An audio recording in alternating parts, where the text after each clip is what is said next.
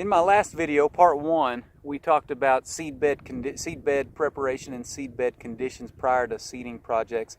So part 2 of this video series, I wanted to discuss the seeding rates to be used in these areas. So often we find that USDA seeding rates are the standard, or local DOT for your state would have seeding rates that are often spec'd on projects.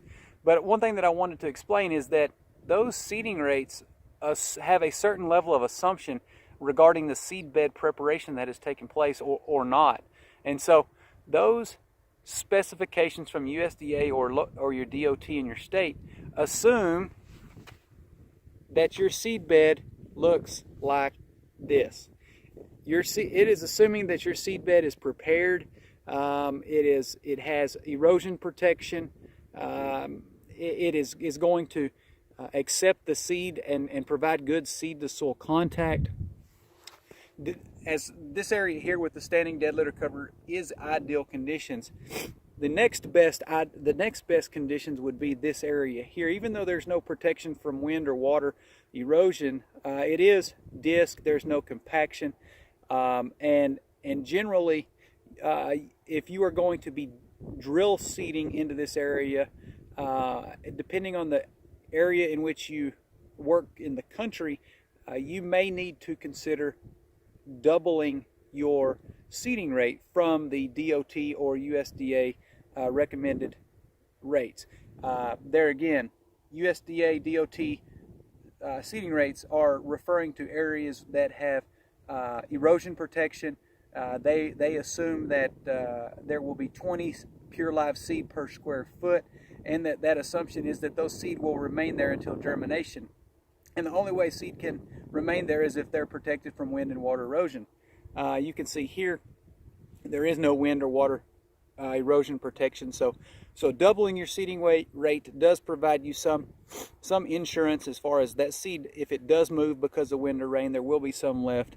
So doubling your seeding rate is from USDA or DOT rates is important in a condition like this. But lastly, wanted to come back to this area here, and so, sadly enough, we find so many projects that have the expectation of something growing on a site such as this, where anything that you do here is going to, the seed will just, with a gentle breeze, just leave.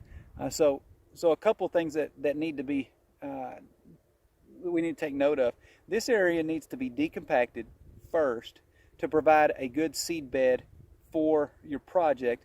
And then, depending on where you are in the country, whether you're broadcasting or drill seeding, generally if you're broadcasting, regardless of the conditions, you want to at least double your seeding rate up from USDA or DOT rates.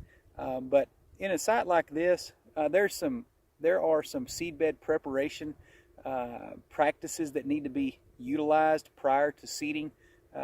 If not, the seeding project will just essentially, it will be futile. It will be a waste. And so make sure that your conditions are right and that your seeding rate's right. So as a rule of thumb, if you're broadcast seeding, you need to double your seeding rates. Or if you do not have ideal seedbed conditions, you need to double your seeding rate. Because there again, USDA and DOT assume that you have good seedbed preparations on your project site. So take your project and your seedbed site conditions into account when determining your seeding rate. I appreciate it. Thanks. Bye.